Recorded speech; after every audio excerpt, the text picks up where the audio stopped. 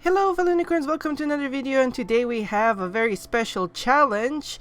I have found this amazing Fabriano 300 gram black, it's literally called black sketchbook, and I wanted to do a black paper challenge with it.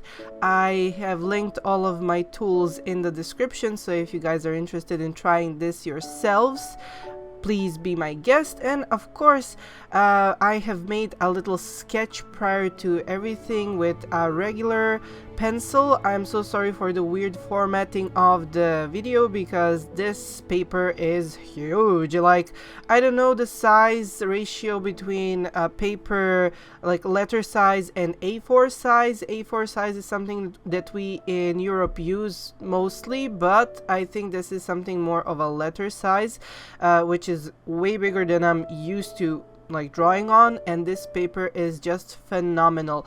I have used two types of tools on this besides my regular sketching pencil. I have used the white jelly roll, and I have used a white acrylic marker from Master. I'm so pleased with this. This is one of my favorite tools.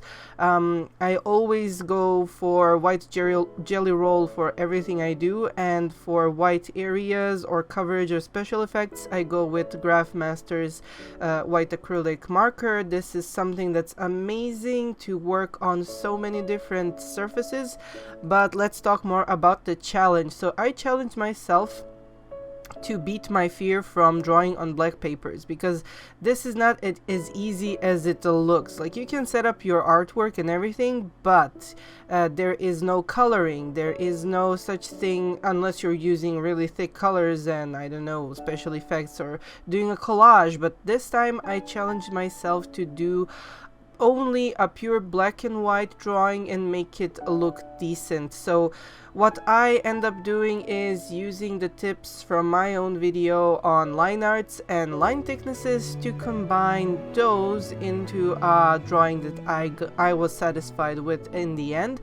And also you can do another thing and try out combining different areas, like combining a certain percentage of black and white pure colored areas. But for this, I do not recommend these tools. I would recommend using white paint or white acrylic paint or something that's more thick, so you can really cover up areas. And I personally wanted to do a piece inspired by Labyrinth once again, so I have Sarah and Jared in his owl form on top of her head, and a lot of stars and a lot of tears because of all of the symbolism that I personally see in the Labyrinth. But this is all just something that's very discreet for me, and I just wanted to give her a lot of jewels and a lot of pearls and a really flowy dress. And for now, in this part of my drawing, I was not really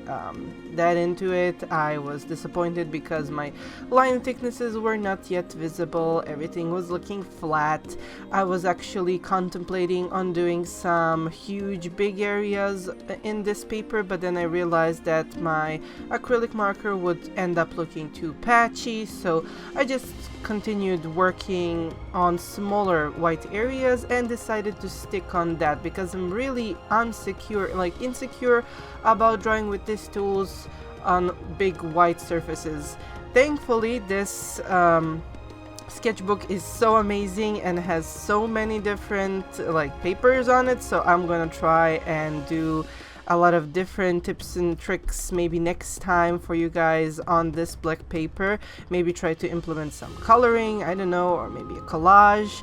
We'll see what I'm in the mood for, I guess. So this time I only based myself on fewer fully white surfaces like her eyelashes and Jared's crown and the stars and the jewels, and that was pretty much it. The rest of the vibrancy of the entire work I was trying to put on the line thicknesses. You wouldn't believe how certain lines getting thicker on certain areas would make the entire things so much different and so much better. I will try to scan this at the end and try to post it on my Patreon, but I'm not sure if I can fit it into my scanner. That's another technical problem I have, but I'll do my best. So I was thinking in like kind of a reverse kind of a way. For this drawing, I was going into the mindset of my regular line arts, just imagining the areas where everything is shaded in the form of tiny triangle areas. The edges of her form I will later on fill up with my acrylic marker and stop right there, because I wouldn't do any more like surfaces or textures or swirls as I usually do, because I don't have any colors to follow up on. So I only used one tiny surface with like sketching kind of a texture, and that's inside her eyes, and some additional little shaded areas in the form of her fingertips holding the medallion, and that's pretty much it.